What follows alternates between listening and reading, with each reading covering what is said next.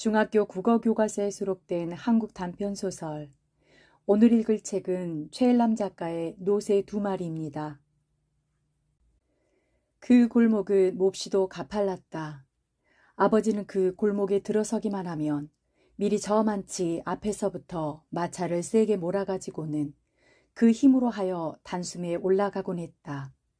그러나 이 작전이 매번 성공하는 것은 아니고 더러는 마차가 언덕의 중간쯤에서 더 올라가지를 못하고 주춤거릴 때도 있었다. 그러면 아버지는 이마에 심줄을 잔뜩 돋우며 이랴 이랴 하면서 노새의 잔등을 손에 휘감고 있는 긴 고삐줄로 3번 4번 후려쳤다.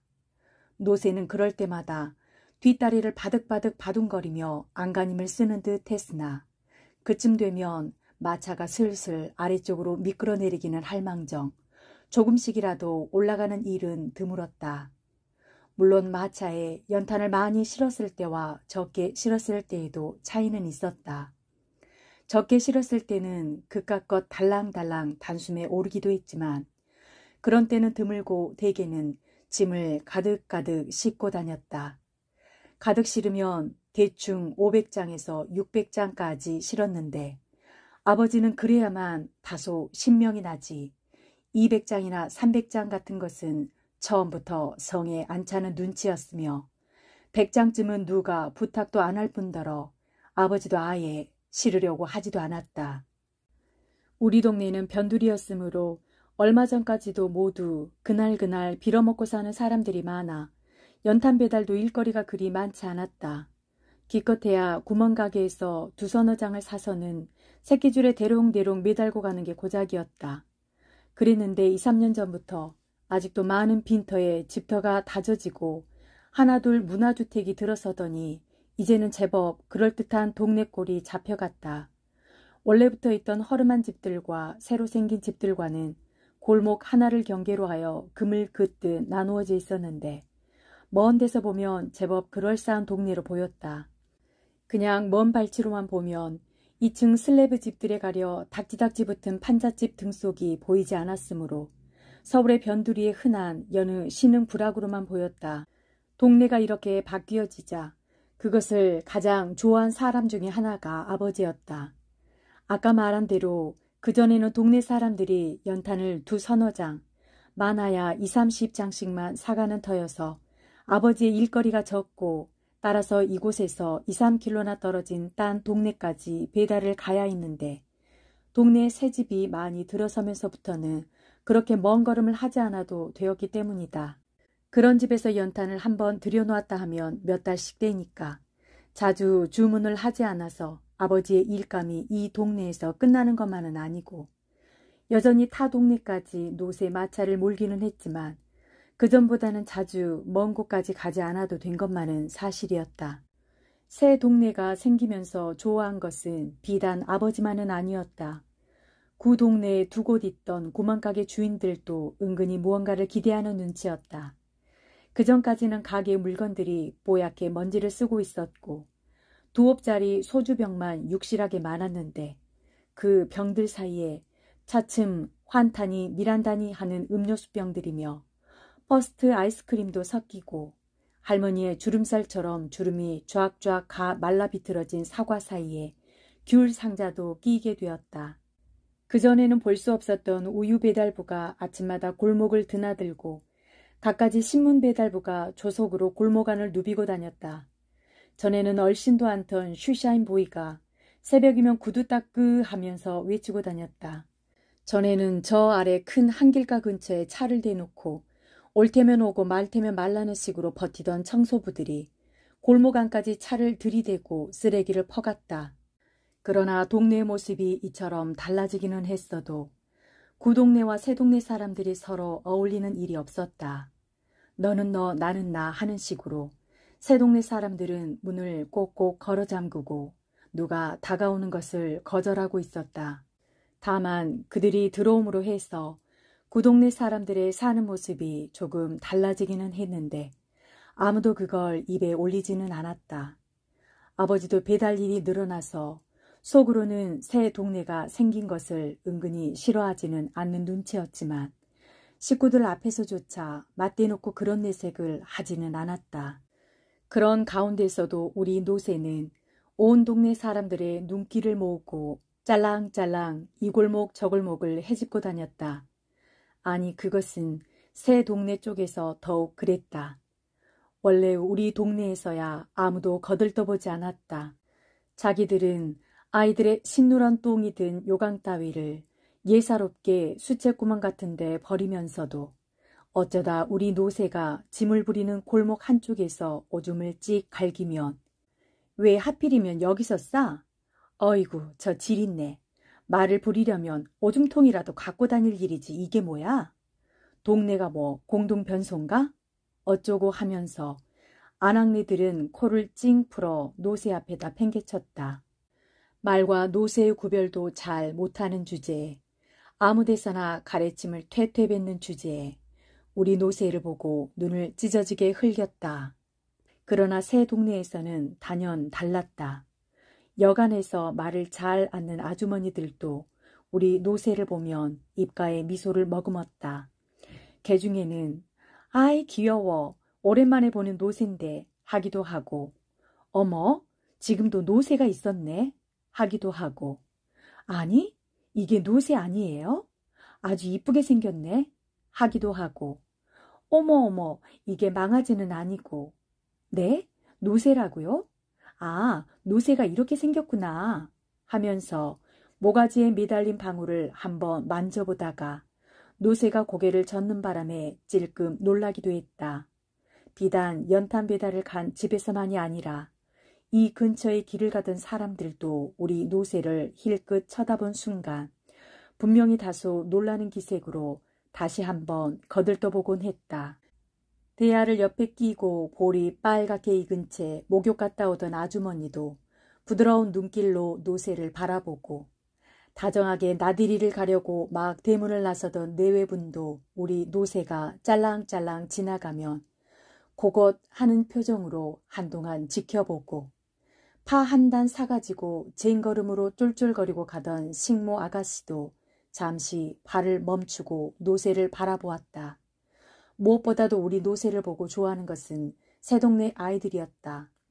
노새만 지나가면 지금까지 하던 공착이나 배드민턴을 멈추고 한동안 노새를 따라왔다. 야, 노새다!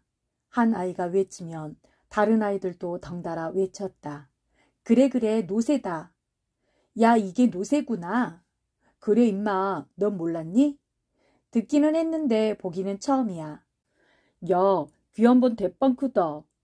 힘도 세니? 그럼 저것 봐. 저렇게 연탄을 많이 싣고 가지 않니? 아이들이 이러면 나는 나의 시커먼 몰골도 생각하지 않고 어깨가 으쓱해졌다. 아버지도 그런 심정일까? 이런 때는 그럴 만한 대목도 아닌데 괜히 이랴이랴 하면서 고삐를 잡아 끌었다. 나는 사실 새 동네 아이들을 그리 좋아하지 않았다.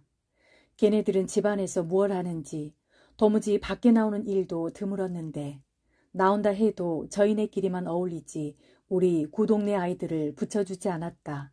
처음부터 우리가 걔네들더러 끼워달라고 한 일은 없으니까 붙여주고 안 붙여주고 할 것은 없었는데 보면 알지 돌아가는 꼴이 그런 처지가 못 되었다. 우리 구동네 아이들이야 학교 가는 시간을 빼고는 내내 밖에서만 노는데 놀아도 여간 희망스럽게 놀지 않았다. 걸핏하면 싸움질이요 걸핏하면 욕질이었다. 말썽은 어찌 그리도 잘 부리는지 아이들 싸움이 커진 어른 싸움도 끊일 날이 없었다. 그러자니 구동네 아이들은 자연히 새동네 골목에까지 진출했다. 같은 골목이라도 새동네는 조금 널찍한 데다가 사람들의 왕래도 그리 잦지 않아서 놀기에 좋았다. 그렇다고 새동네 아이들이 텃세를 부리지도 않았다. 그들은 저희끼리 놀다가도 우리들이 내려가면 하나 둘씩 슬며시 자기네 집으로 들어갔다. 그런 아이들이었으므로 나는 평소에 대면대면하게 대했는데 이들이 우리 노새를 보고 놀라거나 칭찬할 때만은 어쩐지 그들이 좋았다. 거기 비해서 우리 동네 아이들은 노새만 보면 엉덩이를 툭 치거나 꼬챙이 같은 걸로 자지를 건드리고 머리를 쓰다듬는 척 하면서 콧잔등을 한 대씩 쥐어박고 하기가 일쑤였다. 평소에 말수가 적고 화내는 일이 드문 아버지도 이런 때는 눈에 불을 켜고 개구쟁이들을 내몰았다. 이 떼갈놈의 새끼들, 노새가 밥 달라든 옷 달라든 왜 지랄들이야. 우리 집에 노새가 들어온 것은 2년 전이었다. 그 전까지는 말을 부렸는데 누군가가 노새와 바꾸지 않겠느냐고 제의해왔다. 싫으면 웃돈을 조금 얹어주고라도 바꾸어 주겠다는 것이었다. 한 3년 가까이 그 말을 부려온 아버지는 막상 놓기가 싫은 모양이었으나 그 말이 눈이 자주 짓무르고 뒷다리 복사뼈 근처에 늘 상처가 가시지 않는 등 잔병치레가 잦은 터라 두 번째 말을 걸어왔을 때 그러자고 응낙해버렸다. 할머니와 어머니 그리고 큰형은 그래도 말이 낫지 그까지 노새가 무슨 힘을 쓰겠느냐고 바꾸지 말자고 했으나 노새를 한번 보고 온 아버지는 어떻게 생각했는지 그 길로 노새와 말을 맞바꾸었다. 아닌 게 아니라 노새는 힘이 하나도 없어 보였다. 보기에도 비리비리한 게 약하게만 보였다. 할머니나 어머니 그리고 큰형은 그것 보라고 이게 어떻게 그 무거운 연탄짐을 나르겠느냐고 빈정댔는데 그래도 아버지는 가타부타 말이 없이 노새를 우리로 끌고 가 우선 솔질부터 시작했다. 말이 우리지 그것은 방과 바로 이따 있는 처마를 조금 더 달아낸 곳에 있었다. 그래서 우리 집에는 항상 말 오줌 냄새, 똥 냄새가 가실 날이 없었다. 그뿐 아니라 그 우리의 바로 옆방이 내가 할머니나 큰형과 함께 자는 방이었으므로 나는 잠결에도 노새가 앉았다 일어나는 소리, 히잉거리는 소리, 방귀 소리까지 들을 수 있었다. 어쨌거나 이 노새가 들어오면서부터 그 뒤치닥거리는 주로 내가 맡게 되었다. 큰형도 덜어 돌봐주기는 했으나 큰형마저 군에 들어가고 난 뒤부터는 나에게 전적으로 그 일이 맡겨졌다. 고등학교를 나온 작은 형이 있기는 해도 그는 아버지나 어머니의 성화에 아랑곳 없이 늘상 밖으로 싸다니기만 하고 집에 있을 때도 기타를 들고 골방에 처박히기가 일쑤였다. 가엾게도 노새는 원래는 회색빛이었는데도 우리 집에 온 뒤로는 차츰 연탄때가 묻어 검정빛으로 변해갔다. 엉덩이께는 물론 갈기도 까맣게 연탄가루가 앉아 있었다.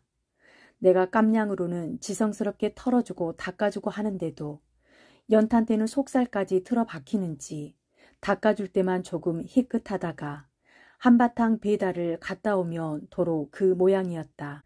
하지만 노새도 내 그런 정성을 짐작은 하는지 멍청이 서 있다가도 내가 가까이 가면 고개를 위아래로 흔들어 아는 체를 했다. 그랬는데 그 노새가 오늘은 우리 집에 없다.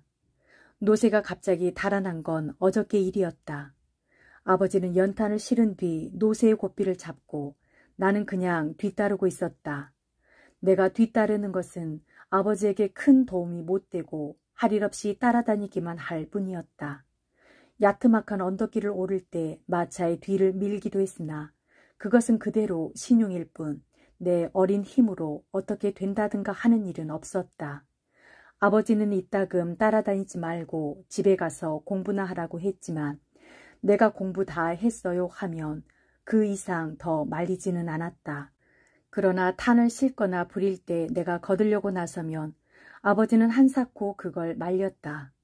아버지가 그랬으므로 나는 그러면 더 좋지 하는 홀가분한 마음으로 망아지 모양 마차 뒤만 졸졸 따라다녔다. 바로 어저께도 그랬다.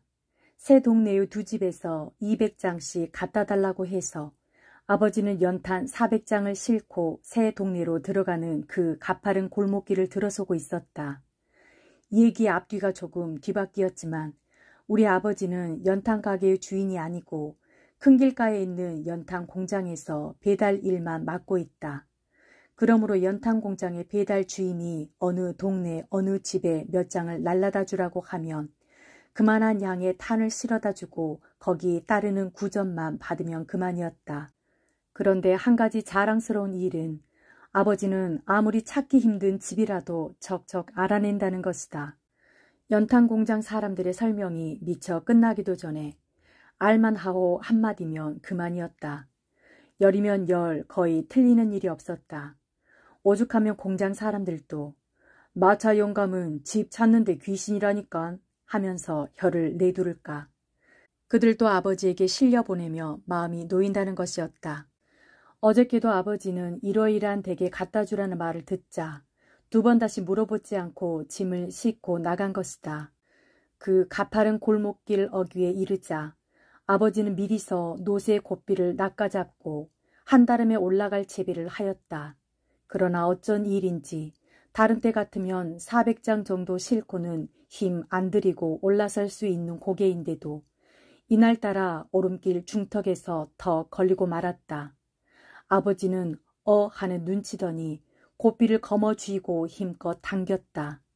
이마에 힘줄이 굵게 돋았다. 얼굴이 빨개졌다. 나는 얼른 달라붙어 죽어라고 밀었다. 그러나 길바닥에는 살얼음이 한 겹 살짝 깔려 있어서 마차를 미는 내 발도 줄줄 미끄러져 나가기만 했다. 노새는 앞뒷발을 딱딱 소리를 낼 만큼 힘껏 땅을 밀어냈으나 마차는 그때마다 살얼음 위에 노새의 발자국만 하얗게 긁힐 뿐 조금도 올라가지 않았다. 아직은 아래쪽으로 밀려 내려가지 않고 제자리에 버티고 선 것만도 다행이었다. 사람들이 몇 명 지나갔으나 모두 쳐다보기만 할 뿐 아무도 달라붙지는 않았다. 그전에도 그랬다. 사람들은 얼핏 도와주고 싶은 생각이 났다가도 상대가 연탄 마차인 것을 알고는 감히 손을 내밀지 못했다.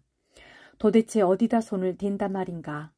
제대로 하자면 손만 아니라 배도 착 붙이고 밀어야 할 판인데 그랬다간 옷을 모두 망치지 않겠는가. 옷을 망치면서까지 친절을 베풀 사람은 이 세상엔 없다고 나는 믿어오고 있다. 그건 그렇고 그런 시간에도 마차는 자꾸 밀려 내려오고 있었다. 돌을 귀려고 주변을 살펴보았으나 그만한 돌이 얼른 눈에 띄지 않을 뿐더러 그나마 나까지 손을 놓으면 와르르 밀려 내려올 것 같아서 손을 뗄 수가 없었다. 아버지는 평소에 그답지 않게 사정없이 노새에게 매질을 해댔다. 이랴, 우라들놈의 노새, 이랴. 노새는 눈을 뒤집어 까다시피 하면서 바득바득 악을 써댔으나 판은 이미 그름판이었다. 그때였다. 노새가 발에서 잠깐 힘을 빼는가 싶더니 마차가 아래쪽으로 와르르르 흘러내렸다. 뒤미쳐 노새가 고꾸라지고 연탄 더미가 대그르르 무너졌다. 아버지는 밀려 내려가는 마차를 따라 몇 발짝 뒷걸음질을 치다가 홀랑 물구나무 서는꼴로 나잡아졌다. 나는 얼른 한옆으로 비켜섰기 때문에 아무 일도 없었다. 그러나 정작 일은 그 다음에 벌어지고 말았다. 허우적거리며 마차에 질질 끌려가던 노새가 마차가 내박질러진 자리에서 벌떡 일어서더니 뒤도 안 돌아보고 냅다 뛰기 시작한 것이다. 정확히 말하면 벌떡 일어섰다가 순간적으로 아버지와 내가 있는 쪽을 힐끔 쳐다보고는 이내 뛰어버린 것이다. 마차가 넘어지면서 무엇이 부러져 몸이 자유롭게 된 모양이었다. 내 노새! 아버지는 넘어진 채 그 경황에도 뛰어가는 노새를 쳐다보더니 얼굴이 새하얘졌다. 그러나 그런 망설임도 그때뿐. 아버지는 힘들게 일어서자 딴 사람이 되어 빠른 걸음으로 노새를 뒤쫓았다. 내 노새! 내 노새! 아버지는 크게 소리 지르는 것도 아니고 그렇다고 입안의 소리도 아닌 엉거주춤한 소리로 연방 뇌면서 노새가 달려간 곳으로 뛰어갔다. 나도 얼른 아버지의 뒤를 따랐다. 노새는 10m쯤 앞에 뛰어가고 있었다. 뒤미처 앞쪽에서는 악악하는 비명소리가 들려왔다. 어깨에 스케이트 주머니를 메고 오던 아이들 둘이 기겁을 해서 길 옆으로 비켜서고 뒤따라오던 여학생 한 명이 엄마 하면서 오던 길을 달려갔다. 손자를 업고 오던 할머니 한 분은 이런 하면서 어쩔 줄 몰라 하다가 그 자리에 폭삭 주저앉고 말았다.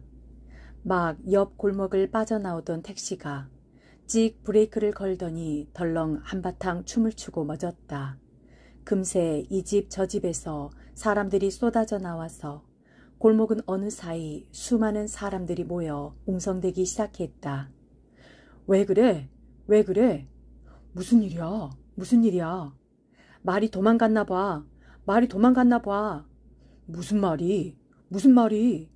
저기 뛰어가지 않아? 얼라 그렇군. 말이 뛰어가는군. 별꼴이야. 말마차가 지금도 있었군. 이런 웅성거림 속을 아버지는 두 주먹을 불끈 쥐고 뜀박질 쳐갔다. 내 노새, 내 노새. 그때 나는 아버지보다 몇 발짝 앞서 있었다. 아버지의 헉헉 소리가 들려왔다. 하지만 노새는 우리보다 훨씬 빨랐다. 노새는 이미 큰 길로 나가고 있었다. 드디어 아버지는 큰 길로 나오자 덜컥 그 자리에 주저앉고 말았다. 노새는 이제 보이지 않았지만 나는 노새보다도 아버지의 일이 더 큰일일 것 같아서 뛰던 것을 멈추고 아버지의 손을 잡고 끌어일으키려고 했다. 한데 아버지는 쉽게 일어나지를 못했다. 아버지의 눈은 더할 수 없는 실망과 깊은 낭패로 가득 차 나는 제대로 쳐다보지도 못하고 슬며시 고개를 돌리다가 이내 축 처지고 말았다. 얼굴 근육이 실룩거리는 것이 옆 얼굴에도 보였다. 불현듯 슬픔이 북받쳐 내 눈도 쓴벅거렸으나 나는 그것을 억지로 참고 계속해서 아버지의 팔목을 이끌었다. 아버지, 여기서 이렇게 앉아있으면 어떻게 해요? 노새를 찾아야지요. 지나가는 사람들이 우리 부자의 이런 모습을 구경거리나 되는 듯이 잠깐 쳐다보았다. 그래. 아버지는 힘없이 일어났으나 나는 어디를 어떻게 가야 할지 그저 막막하기만 했다. 아버지도 그런 눈치인 듯 나를 한번 덤덤히 쳐다보다가 아무 말 없이 앞장을 서기 시작했다. 두 사람 중 아무도 네박질러진 마차며 연탄 이야기를 꺼내지 않았다. 그 뒤처리도 큰일일 테니 말이다. 터덜터덜 걸어서 네거리까지 온 우리는 정작 그때부터 막막함을 느꼈다. 동서남북 어느 쪽으로 가야 할 것인가. 아버지, 이렇게 하면 어때요? 둘이 같이 다닐 게 아니라 따로따로 헤어져서 찾아보도록 해요. 내가 이쪽 길로 갈 테니까 아버지는 저쪽 길로 가세요. 네? 아버지는 아무 말 없이 나와는 반대 방향으로 걸어갔다. 아버지와 헤어진 나는 사뭇 뛰었다. 사람들은 거리에 가득 넘쳐 있었다. 크고 작은 자동차는 뿡빵거리면서 싱싱 달려가고 달려오고 하였다. 5층 건물, 3층 건물이 즐비한 거리는 언제나처럼 분주했다. 아무도 나를 붙잡고 왜 뛰느냐고 노새를 찾아 나선 길이냐고 묻지 않았다. 아무도 내가 찾는 노새가 방금 저쪽으로 뛰어갔다고 걱정 말라고 일러주지 않았다. 나는 이 사람에게 툭 부딪히고 저 사람에게 탁 부딪히면서 사뭇 뛰었다. 그러나 뛰면서도 둘레둘레 사방을 쳐다보는 것을 잊지 않았다. 벌써 거리는 조금씩 어두워지고 있었다. 이미 앞 이마에 헤드라이트를 켠 자동차도 있었다. 나는 그런 자동차들이 막 뛰어다니는 노새로 보였다. 파랑 노새, 빨강 노새, 까만 노새들이 마구 뛰어다니는 것이 아닌가. 바람같이 달리는 놈, 슬슬 가는 놈, 엉금엉금 기는 놈, 갑자기 멈추는 놈, 막 가다가 획 돌아서는 놈, 그것은 가지가지였다. 그런데도 그 중에 우리 노새는 없었다. 두 귀가 쫑긋하고 눈이 멀뚱멀뚱 크고 코가 예쁘고 알맞게 살이 찐 엉덩이에 까맣게 연탄가루가 묻어 반질반질하고 우리 사촌 이모 머리채처럼 꼬리를 길게 늘어뜨린 우리 노새는 안 보였다. 어디까지 왔는지도 몰랐다. 차츰 다리가 아프기 시작했다. 배도 고프기 시작했다. 그러고 보면 나는 오늘 점심도 설친 채였다.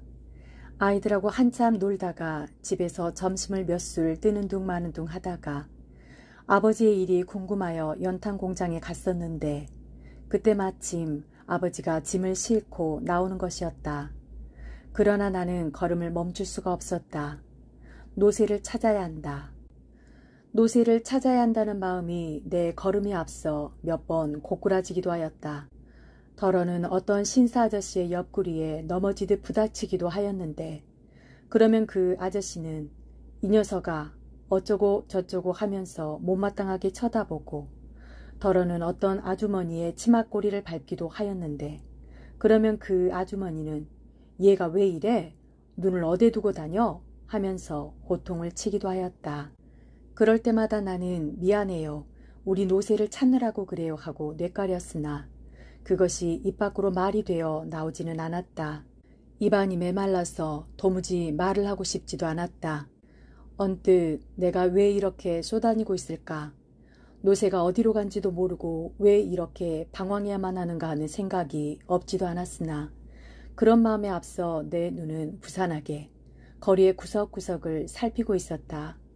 그러고 보면 나는 그동안 우리 노새와 깊이 정이 들어 있었는지도 몰랐다.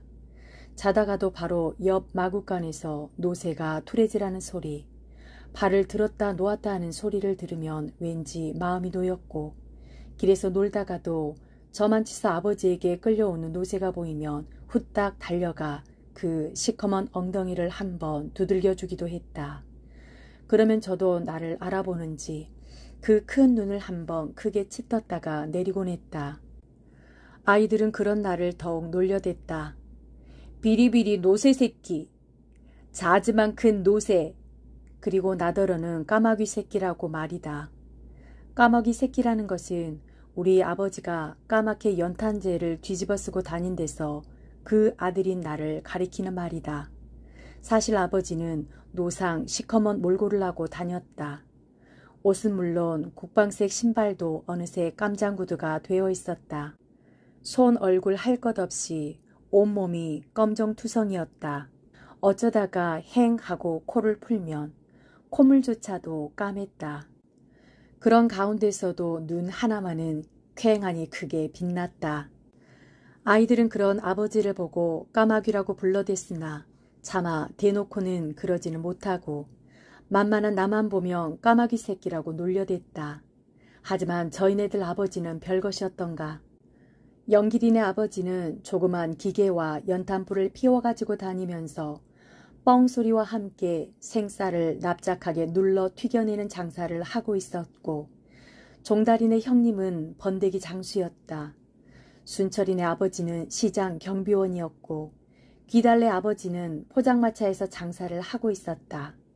그래서 우리는 영길이더러 뻥, 종다리더러는 뻔이라는 별명을 붙여주었으며 순철이 귀다리도 모두 하나씩 별명을 가지고 있었다. 그러니까 내가 까마귀 새끼라는 별명을 가지고 있다는 것은 어떻게 보면 당연한 것이고 별로 억울할 것도 없었다. 내가 집에 돌아온 것은 밤 10시도 넘어서였으나 아버지는 그때까지 돌아오지 않고 있었다. 할머니와 어머니는 동네 사람들의 귀뜸으로 미리 사건을 알고 있었던지 내가 들어서자 얼른 뛰어나오며 허겁지겁 물었다.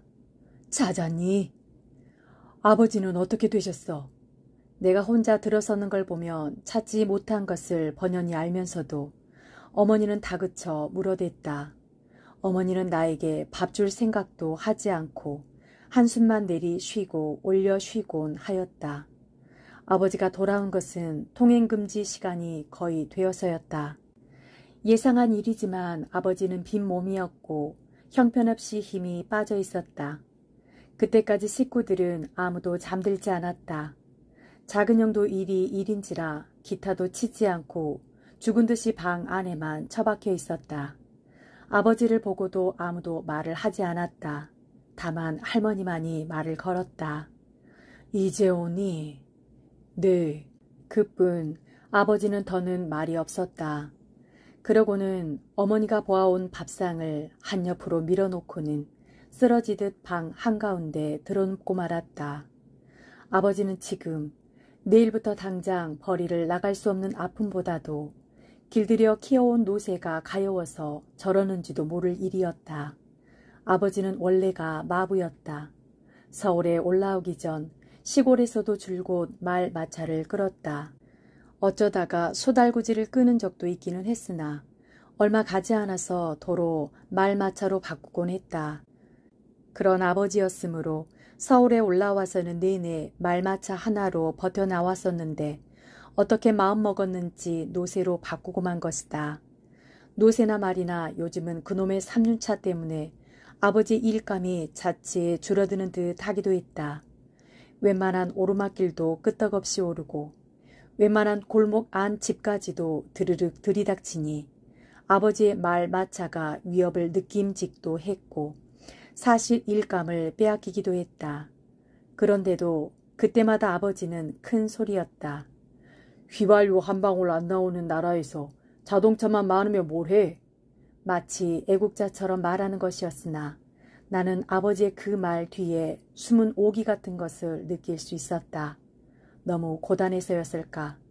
이날 밤 나는 앞뒤를 가릴 수 없을 만큼 깊이 잠에 빠졌던 것 같다. 골목에서 뛰쳐나온 노새는 큰 길로 나오자 잠시 망설이다가 곧 길 복판으로 뛰어들어갔다. 그러자 달려가고 달려오던 차들이 브레이크를 밟느라고 찍찍 소리를 냈으나 노새는 그걸 본체만치 하고 달렸다. 어디서 뛰어나왔는지 교통순경이 호루라기를 불며 달려오다가 노새가 가까이 오자 혼비백산에서 도망갔다. 인도를 걸어가던 사람들이 일제히 발을 멈추고 노새의 가는 곳을 쳐다보곤 저마다 놀라고 또는 재미있다는 표정을 지었다. 허허, 저놈이 제 세상 만났군. 곱비 풀린 말이라더니 저놈도 저렇게 한번 뛰어보고 싶었을 거야. 엄마, 저게 뭔데 저렇게 뛰어가? 말이지? 글쎄, 말보다는 작은데 노새 같다 얘. 사람들이 그러거나 말거나 노새는 뛰고 또 뛰었다. 연탄짐을 매지하는 몸은 훨훨 날 것 같았다. 가파른 길도 없었고 채찍질도 없었고 앞길을 막는 사람도 없었다. 신호등에 파란불이 켜진 때도 있었고 노란불이 켜진 때도 있었으며 빨간불이 켜진 때도 있었으나 막무가내로 그냥 뛰기만 했다. 노새는 이윽고 횡단보도에 이르렀다. 마침 파란불이 켜져서 우하고 길을 건너던 사람들이 외마디 소리를 지르며 풍비박산이 되었다. 보퉁이를 이고 가던 아주머니가 오매 소리를 지르며 퍽 그 자리에 넘어지자 머리 위에 있던 보퉁이가 대구르르 굴렀다. 다정히 손잡고 가던 모녀가 어머머 소리를 지르며 제자리에 우뚝 섰다. 제잘거리며 가던 두 아가씨가 엄마 소리를 지르며 한꺼번에 엉켜 넘어졌다. 자전거에 맥주 상자를 싣고 기우뚱기우뚱 건너가던 인부가 앞사람이 갑자기 뒷걸음질 치는 바람에 자전거의 핸들을 놓쳐 중심을 잃은 술 상자가 우르르 넘어졌다. 밍크 목도리에 몸을 휘감고 가던 아주머니가 나 몰라 하고 소리를 지르며 획 돌아서다가 자기도 모르게 옆에 있는 남모르는 아저씨 품에 안겼다. 떼국이 잘잘 흐르는 잠바 청년 하나가 이때 워워 하면서 앞을 가로막았으나 노새가 앞다리를 번쩍 한번 들자 어이쿠 소리를 지르면서 인도 쪽으로 도망갔다. 노새는 그대로 달렸다. 뒤미쳐 순경이 쫓아오는 소리가 나고 앵앵거리며 백차가 따라오고 있었다. 노새는 그러나 아랑곳하지 않았다. 노새는 어느덧 번화가에 들어서고 있었다. 여기는 아까의 횡단길보다도 더욱 사람이 많았다. 노새는 자꾸 자동차가 걸리는 것이 귀찮았던지 성큼 인도 쪽으로 방향을 꺾었다. 그러자 이번에는 더욱 요란스런 혼란이 벌어졌다. 사람들은 달랑달랑하는 노새의 목에 달린 방울소리가 들릴 때는 호기심으로 그쪽을 쳐다보았다가도 금세 인파가 이리 몰리고 저리 몰리고 하면서 눈앞에 노새가 뛰어오자 어쩔 바를 모르고 웩웩 소리를 지르며 달아나게 바빴다. 분홍색 하이힐짝이 나뒹굴고 곱게 싼 상품 상자들이 이리저리 흩어졌다. 신사가 한옆으로 급히 비키다가 콘크리트 전봇대에 이마를 찢고 군인이 앞사람의 뒤꿈치에 밟혀 기우뚱하다가 뒤에 오는 할아버지를 안고 넘어졌다. 배지를 단 여대생이 황망히 길 옆 제과점으로 도망치다가 안에서 나오던 청년과 마주쳐 나무 토막 쓰러지듯 넘어지고 아이스크림을 핥고 가던 꼬마 둘이 얼싸안고 넘어졌다. 번화가 옆은 큰 시장이었다. 노새가 이번에는 그 시장 속으로 뚫고 들어갔다. 머리에 수건을 동이고 좌판 앞에 앉아있던 아낙네들이 아이고 이걸 어쩌지 하면서 벌떡 일어서는 것을 신호로 시장 안에 벌집 쑤신 듯한 소동이 사방으로 번져갔다. 콩나물통이 엎어지고 시금치가 흩어지고 도라지가 짓이겨지고 사과 알이 대굴대굴 굴렀다. 미꾸라지 통이 엎어지고 시루떡이 흩어지고 테토론 옷감이 나풀거리고 제주 밀감이 사방으로 굴렀다. 갈치가 뛰고 동태가 날고 낙지가 미꾸둥미꾸둥 길바닥을 메웠다. 연락을 받고 달려왔는지 시장 경비원 두세 명이 이놈의 노새 하면서 앞뒤를 막았으나 워낙 젖먹던 힘까지 다 내서 길길이 뛰는 노새를 붙들지는 못하고 저 노새 잡아라 저 노새 하고 외치며 이리 뛰고 저리 뛰고 할 뿐이었다. 골목을 뛰쳐나온 지 1시간이 지났을까. 노새는 시장 안에서 한바탕 북새를 떨고는 다시 한 길로 나왔다. 이 무렵에는 경찰에 비상이 걸렸는지 곳곳에 모자끈을 턱에까지 내린 경찰관들이 지키고 서 있었다. 서울 장안이 온통 야단이 난 모양이었다. 군데군데 무전차가 동원되어 자기네끼리 노새의 방향에 대해서 연락을 취하고 있었다. 그러나 노새는 미리 그것을 알고라도 있는 듯 용케도 경비가 허술한 길만을 찾아 잘도 달려갔다. 모가지는 물론 갈기며 어깨 쭉지 그리고 등허리에 땀이 비오듯 해서 내 다리에 물이 주르르 흐르고 있었다. 검은 물이. 노새는 벌써 한강다리를 건너고 있었다. 노새는 얼핏 좌우로 한강물을 한번 훑어보더니 여전히 뛰어가면서도 길게 심호흡을 하였다. 다리를 건너고 얼마를 가자 길이 넓어지고 앞이 툭 트였다. 고속도로였다. 노새는 돈도 안 내고 톨게이트를 빠져나가더니 그때부터는 다소 속도를 늦추었다. 그러나 절대로 뛰는 일을 멈추지는 않았다.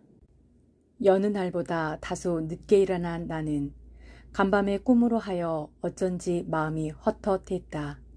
꿈 그대로라면 우리는 다시는 그 노새를 찾지 못할 것이 아닌가. 꿈대로라면 우리 노새는 고속도로를 따라 멀리 달아나서 우리가 도저히 찾을 수 없는 곳, 상상도 할 수 없는 곳에 가서 있는 것이 아닐까. 우리를 버리고 간 노새, 그는 매일매일 그 무거운, 그 시커먼 연탄을 끄는 일이 지겹고 지겨워서 다시는 돌아오지 못할 자기의 보금자리를 찾아 영 떠나가 버렸는가. 아버지와 내가 집을 나선 것은 사람들이 아직 출근하기도 전인 이른 새벽이었다. 큰 길로 나오자 두 사람은 막상 어느 쪽부터 뒤져야 할지 막연하기만 했다. 둘 중 아무도 말을 꺼내지는 않았으나 부자는 잠깐 주춤하다가 동네와는 딴 방향으로 걷기 시작했다.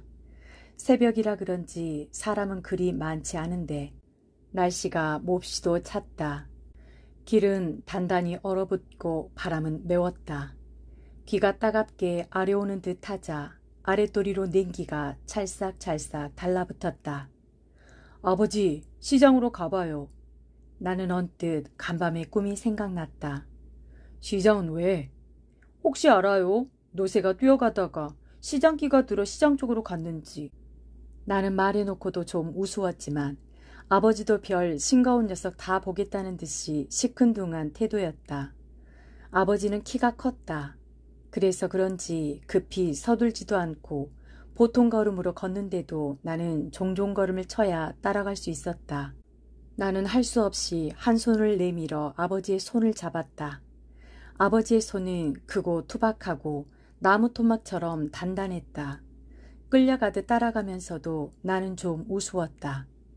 이날까지는 이런 일을 생각할 수도 없었다. 아버지와 손을 잡고 길을 걷는다는 것은 꿈에도 상상할 수 없는 일이었다. 그렇게 지내왔는데 오늘 나는 아주 자연스럽게 아버지와 손을 맞잡고 길을 걷고 있다. 좀 우쭐한 생각이 들었다. 하지만 아무도 그런 우리를 부러운 눈초리로 쳐다보지는 않았다. 아버지와 나는 한도 끝도 없이 걸었다. 어느새 거리는 점심때쯤 되었고 눈발이 비치기 시작했다. 어느 곳을 가나 거리는 사람으로 붐벼 있었고 그 많은 사람들은 우리 부자더러 어디를 그리 바삐 가느냐고, 노새를 찾아다니느냐고 묻지 않았고, 아버지와 나는 아무에게 노새를 보지 못했느냐고 묻지 않았다. 다리는 쇠사슬을 단 것처럼 무겁고 배가 고프고 쓰렸다. 나는 그런 우리가 옛날 얘기에 나오는 길 잃은 나그네 같다고 생각했다.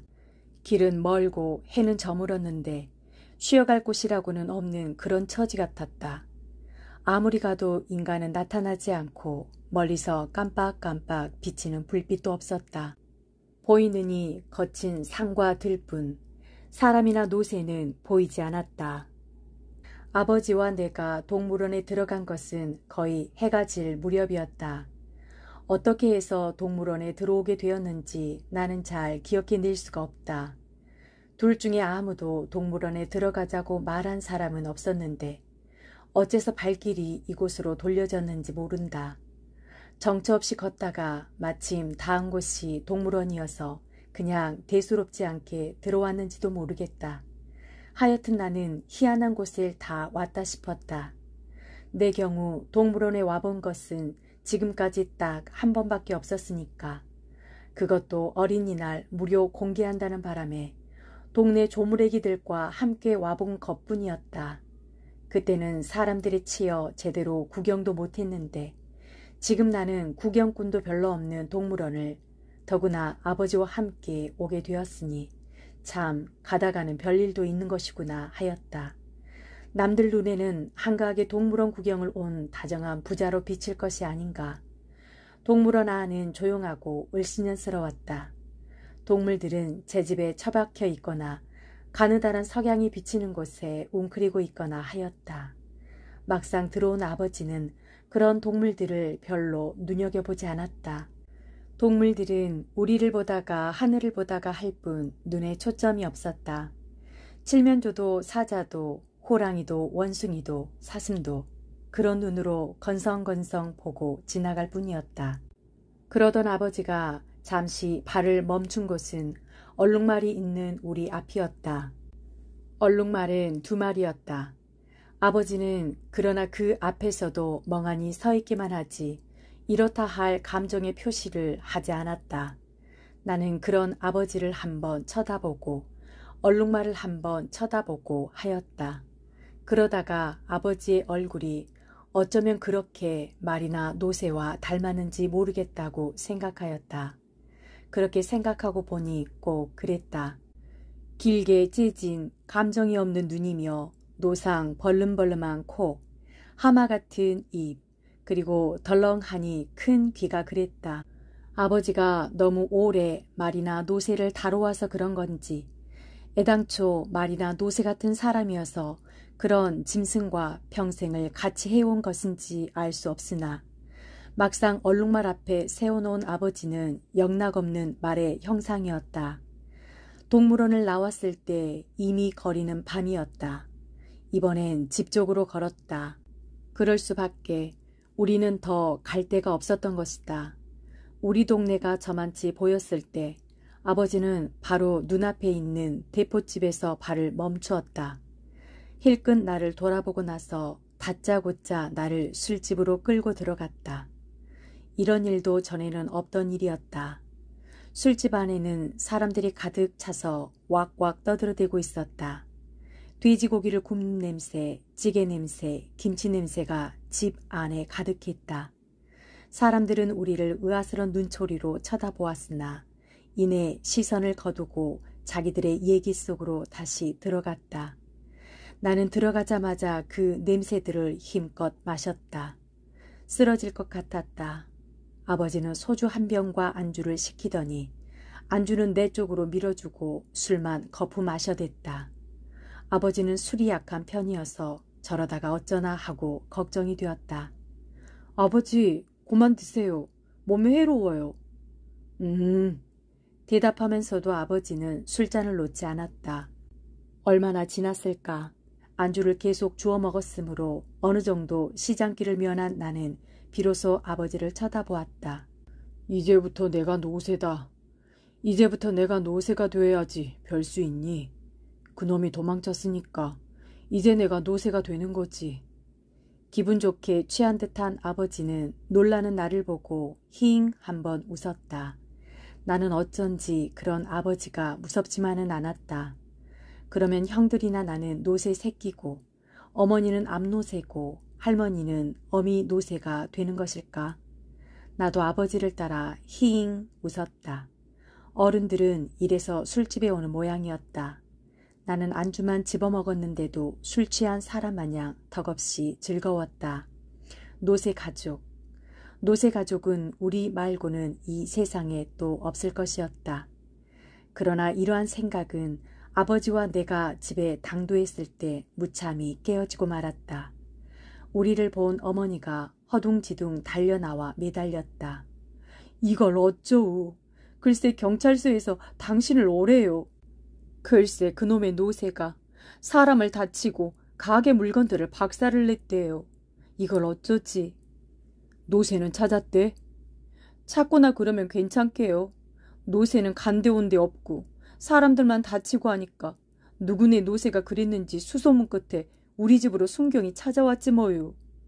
오늘 낮에 지서에서 나온 사람이 우리 노새가 튀는 바람에 여기저기서 많은 피해를 입었으니 도로 무슨 법이라나 하는 법으로 아버지를 잡아 넣어야겠다고 이루고 갔다는 것이었다.